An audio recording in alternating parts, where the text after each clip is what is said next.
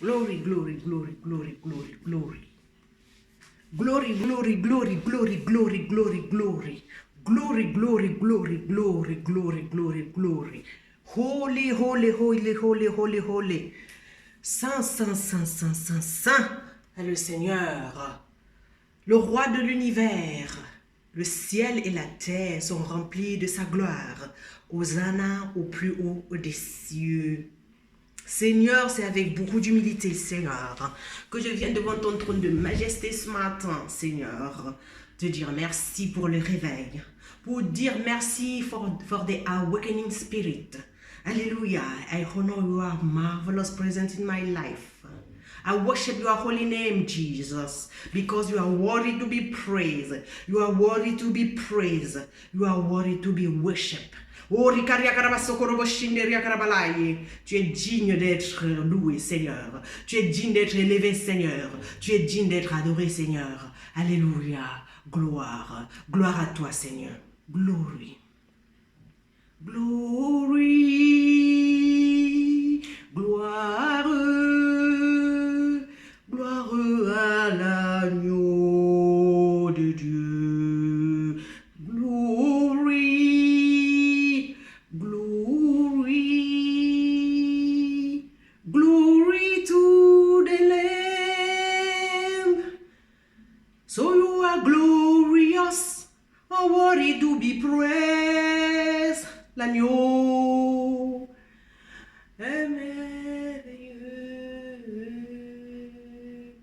Nous élevons nos voix pour l'adorer. L'agneau est souverain. Glory, glory, glory to the Lamb of God. Glory, glory, glory to the Lamb. So you are glorious and worthy to be praised. The Lamb is sovereign. We raise our hands. Hallelujah.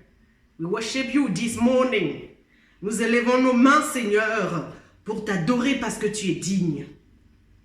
Tu es digne d'être adoré. Tu es glorieux. Oh, tu es glorieux. Tu es saint. Saint, saint, saint, c'est le Seigneur. Dieu de l'univers. Le ciel et la terre sont remplis de sa gloire. Hosanna au plus haut des cieux. Hosanna, Hosanna. To the King of Kings. Hosanna, Hosanna. Au roi des rois, le roi de gloire.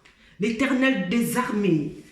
Alléluia, si tu me permets, je vais présenter mon Seigneur. Jésus-Christ, le Fils de Dieu, l'amour de Dieu, l'agneau de Dieu, la gloire de Dieu, l'espérance de la gloire, l'Éternel des armées qui passe, alléluia, son armée en revue ce matin. Jésus-Christ de Nazareth, l'homme de Galilée, alléluia, la manne cachée, la solution, la réponse, le grand homme de tous les temps, la star des stars.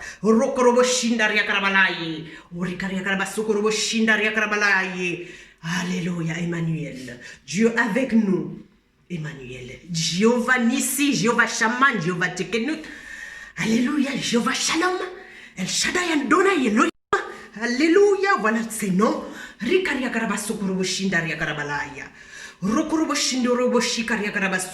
Le Dieu victorieux. L'Éternel des armées.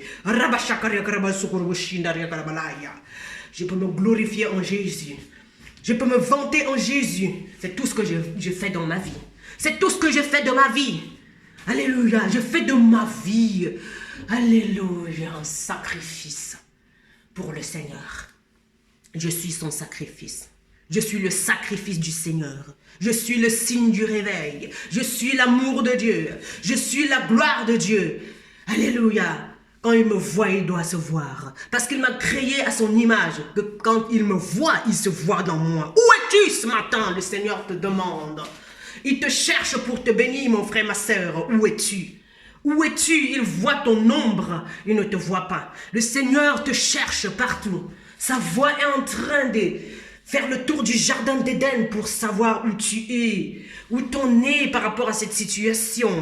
Où es-tu? C'est pas une situation, c'est pas la position géographique que le Seigneur te demande, mais il te dit où es-tu dans ta relation avec le Seigneur. Est-ce que tu es resté sur la position dans laquelle il t'a laissé, où tu es allé te coudre les vêtements, les feuilles de figuier pour cacher ta nudité parce que tu as découvert que tu étais nu. Mais qui t'a dit que tu étais nu, mon frère, ma soeur? Ce matin, par la puissance de la résurrection, je vais laisser le Saint-Esprit venir me faire régresser et qu'il grandisse en moi en puissance et en sagesse afin que cet évangile soit prêché avec efficacité et que les cœurs soient transformés.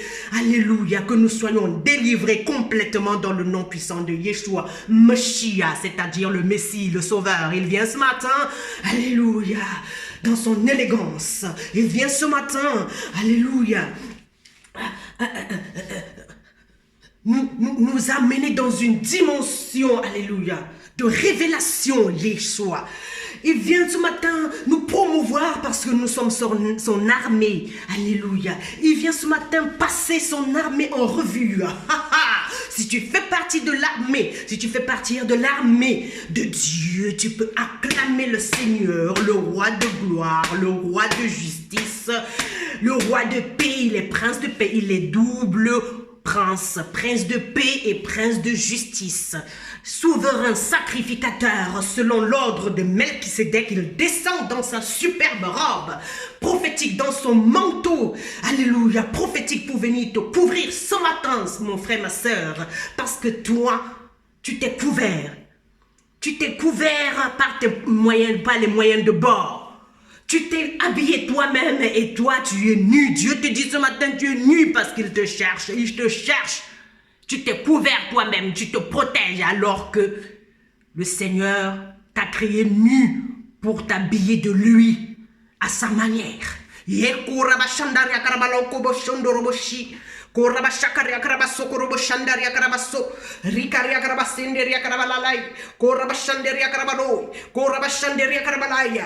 délivrance de l'Éternel vient ce matin. La délivrance de l'Éternel vient ce matin. La parole nous dit, il envoya sa parole et elle guérit. S'il n'y a pas de malade, pas de guérison. S'il n'y a pas de mort, pas de résurrection. S'il n'y a pas de situation difficile, il n'y a pas de délivrance. Et c'est pour ça que le Seigneur vient tous les jours. Il est mort pour ça. Alors toi qui as peur, parce que tu es dans telle situation, parce que ton âge avance, tu as peur de la vieillesse, parce que la situation elle ne change pas, tu as un manque d'argent, alléluia, tu ne veux pas accepter cette étape de ta vie. Le Seigneur te dit arrête de te couvrir, arrête de te cacher. Arrête de te cacher parce que je veux que tu sois nu. Ne te couvre pas. Accepte la situation. Accepte ton âge. Arrête de faire la compétition avec les enfants, avec les jeunes, alors que tu devrais être quelqu'un qui doit transmettre, alléluia, la sagesse qui va sortir de cette situation difficile qui te fait peur à la génération future. Arrête de faire la compétition avec les enfants. Arrête de t'habiller comme les enfants. Arrête de vouloir toujours te maquiller, faire le make-up qui a dépassé tout le monde. Pour protéger, cacher ta vieillesse. Arrête. Arrête de te comporter comme un riche alors que tu es pauvre. Arrête, il faut le dire. Il faut dire aux gens que tu n'as pas. Et puis quoi? Tu n'as pas. Moi, je suis allée quelque part la dernière fois. J'ai demandé à regarder un truc sur YouTube. Et puis, la servante de Dieu qui m'a demandé de regarder ça, je lui ai dit, je n'ai pas l'abonnement. Je n'ai pas d'abonnement, ça veut dire, je ne peux pas avoir YouTube là. Et elle m'a donné le code de son Wi-Fi. Et j'ai pu avoir cette vidéo que je voulais regarder sur YouTube. Ça sert à quoi de mentir? Ça sert à quoi de se cacher et prétendre être quelque chose qu'on n'est pas? Le Seigneur dit ce matin que tu es un prince. Le Seigneur dit que tu es une princesse de l'Éternel. Alléluia. Ah yes. Mais un prince, il passe aussi. Il est souvent au fond du gouffre. Il crie, il n'y a personne pour l'aider. Jusqu'à ce qu'un jour, le Seigneur envoie quelqu'un pour venir t'aider. Alors si ta situation est comme celle du fond du gouffre, si tu es en train de crier au fond du gouffre et que personne ne vienne, sache que le Seigneur, il est au courant. Il sait que tu es perdu. Il sait que tu es égaré. Il sait. Mais si tu continues à prétendre être ce que tu n'es pas, à vouloir toujours cacher, alléluia, aller te faire voir devant les gens comme si tout allait très bien, fais tout comme si tout allait comme par le passé, tu as vieilli, tu as pris de l'âge, alléluia, tu peux te couvrir avec n'importe quel vêtement, tout le monde connaît ton âge, tu as déjà des enfants, même si ce n'étaient pas tes enfants biologiques, qui sont déjà grands, alléluia, ils aimeraient quelque chose qui sort de toi, et tu commences à compétir avec ces enfants au quartier. Ça ne marche pas. Ça ne marche pas parce que tu n'es pas utile à Dieu en faisant ce genre de choses. En te comportant comme ça. Accepte ta situation. Alléluia, je n'ai pas dit qu'il ne faut pas s'arranger. Vous voyez comme aujourd'hui, je n'ai pas de maquillage. Mais ça ne change rien. Ça ne change rien. Un jour, je suis allée quelque part me faire coiffer. Et il y a une chose que la coiffeuse, elle m'a dit, ton visage est bien parce qu'elle m'a fait un nettoyage. Il y avait quelques jours en arrière, elle m'avait fait un nettoyage sur le visage et tout, les soins de visage. Après, elle me dit, mais c'est qui tu es trop belle, mais la seule chose qui reste, c'est les rides. Mais ces rides, mes frères, mes sœurs, regardez-moi très bien. Ces rides, je les ai depuis que je suis jeune. Je lui ai dit ça. Je les ai. Il y a des filles de 16 ans qui ont déjà des rides. Ça ne veut pas dire que tu n'es pas qui tu es. La chose qui te rend belle, c'est ici dedans. Inside. C'est cette chose. C'est cette sagesse. C'est cette souffrance. Et au bout de ta souffrance, il y a quelque chose que tu as appris et que tu vas transmettre. Et c'est ça qui reste. Ce sont tes œuvres qui font de toi qui tu es. C'est ce que tu as laissé à la génération future. Hein? Ça vient de là. Et tout ça, ça vient de ta souffrance. Aujourd'hui, Jésus-Christ est élevé. Alléluia. Il est assis à la droite de Dieu. On ne parle que de lui. C'est par sa souffrance, par sa mort et par sa résurrection. Et le Seigneur aimerait que nous puissions expérimenter cette souffrance, cette mort et cette résurrection dans nos situations. Alors, à quoi ça sert? À quoi bon de fuir? Accepte te confronter toi-même là. Confronte ta personne. Arrête de fuir. Arrête de te fuir. Alléluia. Arrête de te fuir. Il y a beaucoup de gens qui ont beaucoup d'amis, qui passent le temps à être un petit peu très occupés parce qu'ils ont peur de se confronter. Ils ont peur de se regarder dans la glace et voir comment est-ce qu'ils ont fait beaucoup de conneries et puis quoi. Et voir comment les rides, ça continue à s'augmenter et puis quoi. La vieillesse c'est une sagesse. Tu devrais déjà être à un certain niveau maintenant que tu aurais déjà emmagasiné pas mal d'expérience pour pouvoir transmettre à la génération future. Être belle intérieurement. Alléluia. Être élégante dans ce que tu fais. À ton âge. Je vous assure que moi j'ai ajouté un an sur mon âge. Et les gens qui me connaissent sur Facebook et que mes amis d'école, mes camarades de classe savent que je suis de 76. Je suis né en 1976. Mais j'ai même 1975. Il y a des gens, pardon Seigneur, j'ai ajouté, je te demande pardon. Mais il y a des gens qui baissent leur âge. Pour paraître plus jeune. Mais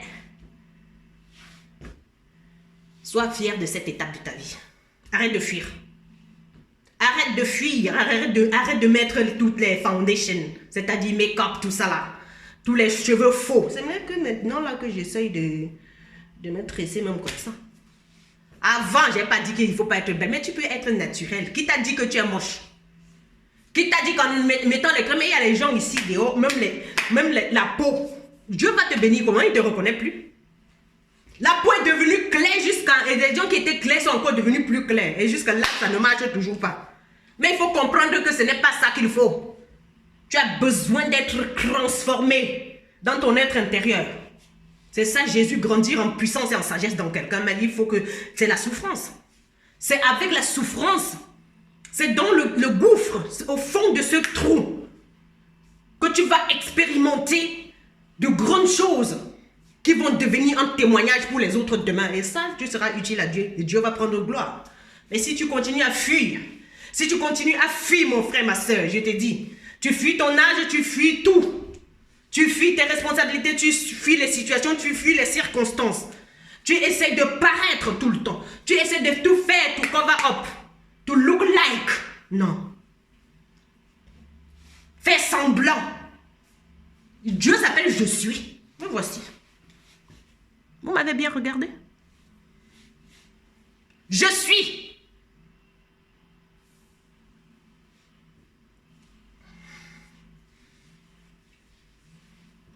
Pas de paraître, pas de make-up. J'ai pas dit qu'il faut pas mettre. Mais ça ne doit pas devenir une obsession. J'ai pas dit qu'il faut pas mettre les pantalons. Mais tu ne dois pas courir après les pantalons des petites filles. Ça ne doit pas devenir une obsession. Tu as eu cet âge-là, c'est bon, c'est dépassé. Jesus. Si tu n'as pas d'argent, ne prétends pas avoir. Parce que quand ça va arriver au niveau où on va te dire que va regarder la vidéo, tu vas dire je n'ai pas. Ça sera la honte. Accepte cette situation, Dieu va te donner. Dieu accepte que tu sois nu pour qu'il t'habille. Pour qu'il t'habille. Moi, j'ai perdu beaucoup de choses et le Seigneur, il me les rend. Parce que j'ai accepté la situation. Tout le monde a dit ce qu'il a voulu dire. Elle est folle, elle est ceci. Oui, j'accepte. Tu as peur que les gens disent que tu n'as pas, que tu n'es pas tout ce que tu as toujours prétendu être. Le candidaton va te tuer. Moi, je ne compte sur personne. Dites ce que vous voulez dire. C'est pas ce que l'avocat dit qui compte dans ma vie. C'est pas ce que le juge décide qui compte dans ma vie. Parce que moi que vous voyez là, j'ai été devant les juges de ce monde. On m'a jugé, on m'a condamné. Mais Jésus-Christ, il m'a délivré. On m'a condamné. J'ai été aussi dans des situations comme si c'était la prison. J'étais obligée d'être là alors que ça ne me plaisait pas. Mais j'étais obligée d'être là. J'étais obligée de faire ça, d'accepter cette situation. Et le Seigneur s'est glorifié dans cette situation en me montrant sa puissance de résurrection. Si tu n'as pas de situation chaotique, si tu n'es pas en prison, comment est-ce que Jésus-Christ va venir être la délivrance? Comment est-ce qu'il va ouvrir la porte de l'enfer pour te sortir de la prison? Comment tu vas le connaître? Les situations, c'est pour que Dieu il se glorifie. Si tu n'as pas une situation devant le juge alors que Jésus-Christ était devant le tribunal aussi. Mais comment est-ce que Dieu va se révéler dans ta vie? Comme le juste juge. Comment est-ce que tu vas connaître cette puissance de Jésus-Christ dans ta vie? Comment tu ne peux pas me dire que tu suis le Seigneur et que tu ne sais pas qui il est. Il veut que tu le connaisses et c'est pour ça que tu passes par cette situation. Accepte ça. Il veut se révéler à toi sur plusieurs facettes. Dieu est tellement grand. Et Dieu, c'est un Dieu de révélation. C'est-à-dire, hier je disais, nous irons avec lui, on va de révélation en révélation. D'exploit en exploit, de victoire en victoire. La semence de la femme va écraser la tête du serpent, oui. Donc, dans des situations de nos vies les plus compliquées, le Seigneur se révèle. Il ne va jamais se révéler quand tout va bien, non. C'est quand la tempête passe. Quand il y a la tempête que Jésus se lève, il gronde. Mais s'il n'y a aucune situation difficile dans ta vie, mais comment est-ce que tu vas connaître la puissance de Jésus? Donc arrête de fuir, accepte cette pauvreté spirituelle, financière, matérielle. Jesus, accepte tout perdre, il va te donner. Il dit celui qui perdra sa vie à cause de moi la retrouvera. Mais je suis une preuve. Je suis une preuve, j'ai perdu tout. J'ai tout perdu. Les gens qui me connaissent, ils le savent, mes voisins. Mais ils sont là, vous écoutez cette vidéo. Tout perdu. Maison, là où je prêche là, on m'a arraché.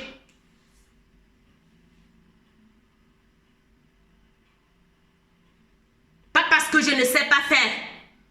Mais à un moment donné, le Seigneur t'enlève tout pour que tu saches qu'il est Dieu en fait. Pour que tu saches que ce n'est pas par ta force. Il veut se montrer à toi. Il s'énerve. Il vient là, il se montre à toi parce qu'il t'aime. Il n'aimerait pas que tu continues à vivre dans l'ignorance, croyant que tout vient de toi. Il n'aimerait pas que tu continues à être orgueilleux et arrogant, croyant que c'est par ta force que tu réussis dans tout ce que tu fais là. Il aimerait savoir qu'il est ton créateur, il est ton Dieu, il est ton Père, c'est lui qui te donne la vie. pour que tu puisses faire toutes ces choses. Et ces choses, c'est lui-même qui construit tout ça. Les hommes, ils construisent des maisons, mais Dieu construit tout dans ta vie. Il est l'auteur de tout dans ta vie. Et c'est pour ça que tu es dans cette situation. Donc arrête de fuir. Ça ne sert à rien. Si tu fuis devant Dieu, il va te choper comme il a chopé Moïse. Moïse a fui. Quand il a fait une connerie en Égypte, là-bas, il a tué un Hébreu. Et il a tué un Égyptien et ses propres frères hébreux pour qui il était en train de se battre.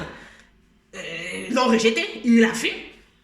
Il allait se cacher chez Jéthro, son beau-père, pendant 40 ans et personne ne savait qu'il était un tueur. Mais Dieu est venu le sortir de là pour lui dire, hey, parce que ça, moi je t'appelle. Tu vas fuir jusqu'où? Tu vas te couvrir jusqu'où? Adam, où es-tu? Il s'est caché. Il dit, je me suis caché parce que je suis nu. Qui t'a dit que tu étais nu?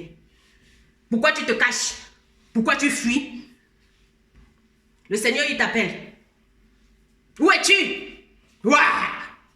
Où es-tu? Pourquoi te caches-tu? Sors! Sors de ta cachette. Je viens te chercher parce que tu m'appartiens. Alléluia. Je viens te chercher pour t'habiller. Et nous allons voir dans le livre de la Genèse que quand le Seigneur il est venu appeler Adam, même qu'il ait péché, le Seigneur l'a couvert.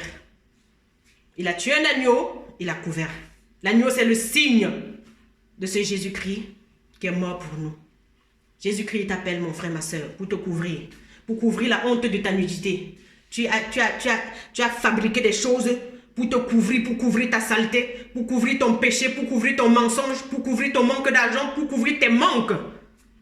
Ton manque affectif, ton manque de courage, ton manque de détermination.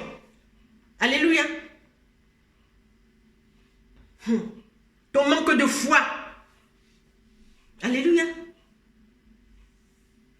Tu n'espères plus. Tu t'es fabriqué quelque chose pour couvrir ton manque d'espérance.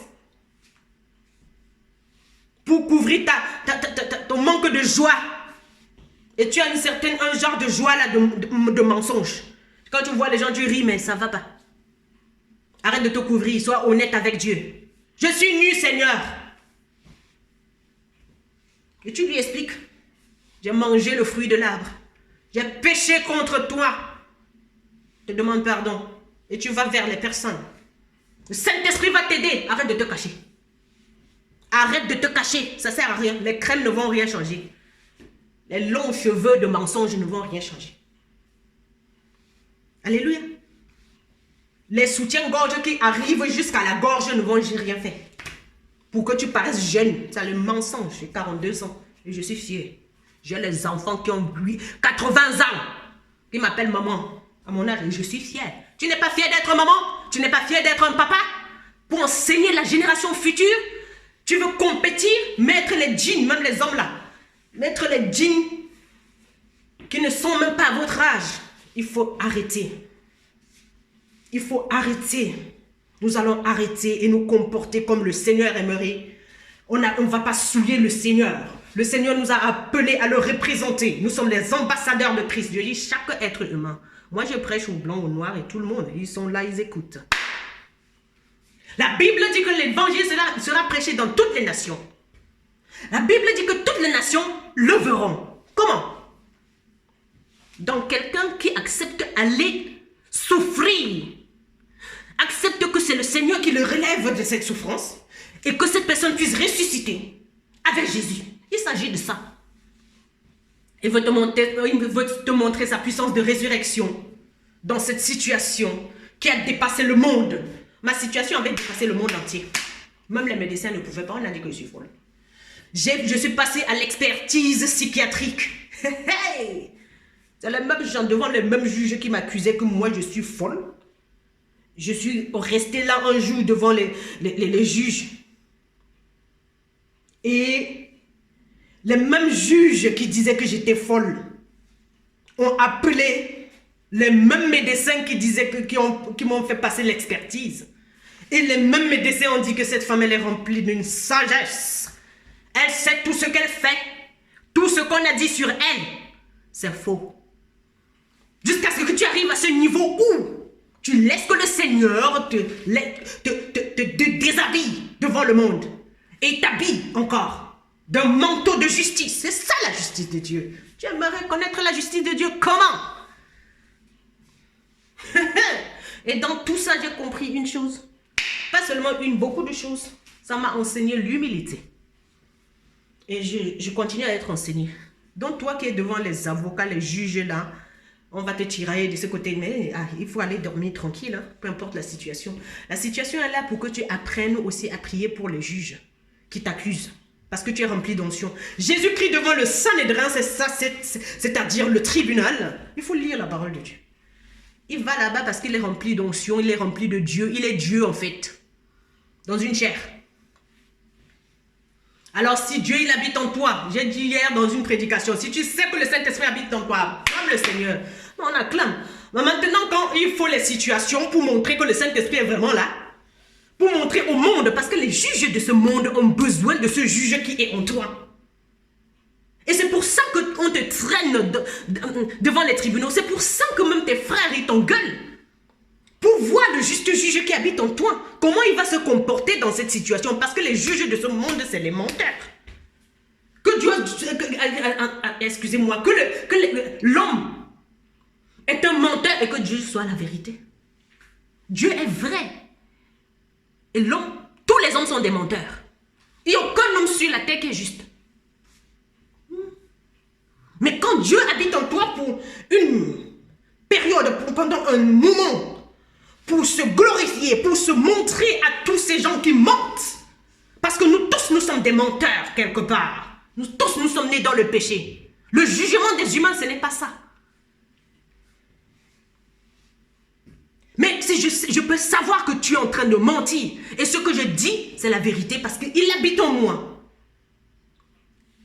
Et je ne dis rien. Oui, on a dit je suis folle, j'ai dit oui. On m'a dit on m'enlève les enfants pour donner à mon mari, j'ai dit oui. Que je ne suis pas digne d'être une mère, j'ai dit oui. On a enlevé les enfants pour donner même à une relation de mon mari, pour me rendre amère et méchante, j'ai dit oui. J'ai prié pour cette femme, j'ai prié pour les juges, j'ai prié pour les avocats. Je viens avec la joie et l'amour, parce que je connais quel est mon rôle dans toute cette situation. Alléluia. Toi, tu as un rôle à jouer dans l'exécution de Dieu. Alléluia. Tu as un rôle à jouer. Toi qui m'écoutes ce matin, toi et moi, nous avons un rôle à jouer dans l'exécution du plan de Dieu pour que la gloire puisse retourner au Seigneur. Alors, joue ton rôle. Quand il y a une situation, montre Jésus aux gens. Jésus, il pardonne. Jésus, il prie. Il intercède pour ses oppresseurs. Joseph, il a pardonné à ses frères. Il s'est retrouvé au fond du gouffre parce que ses frères l'ont jeté au fond du gouffre. Il est sorti de là. Les Égyptiens, ses frères l'ont vendu aux Égyptiens. Il est allé en Égypte, il a servi, il était en prison. Il est sorti de la prison, il a pardonné à ses frères. Et Dieu te met dans cette situation pour que tu arrives à ce niveau où tu dois pardonner. Que tu dois prier pour tes oppresseurs, pour qu'ils te donnent cette position de gouverneur qu'il a donnée à Joseph. Aujourd'hui, je prêche l'évangile parce que je suis passé par des choses les plus difficiles. Jesus. Et le Seigneur m'a fait accepter. Par sa grâce, me voici debout. Je connais la puissance de la résurrection. Mon fils a été mort, je n'ai pas cru. Il est revenu à la vie. Mon fils mourir, ça veut dire quoi? Ça veut dire les projets de Dieu sur ma vie. Jesus.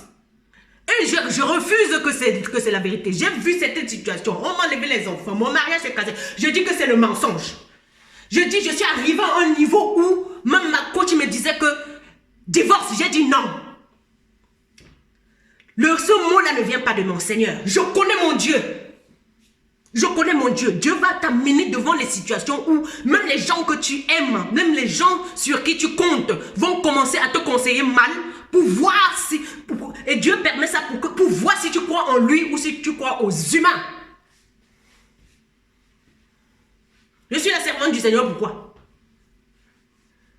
Parce que je lui fais confiance. Tout le monde peut me lâcher. Je dis même les gens qui m'enseignaient. Mon conseiller que divorce. Qu'est-ce qu'on n'a pas fait pour que je divorce? Je ne divorce pas. Alléluia. Pas parce que mon mari me fait tout ce que j'aime. Je respecte le Seigneur.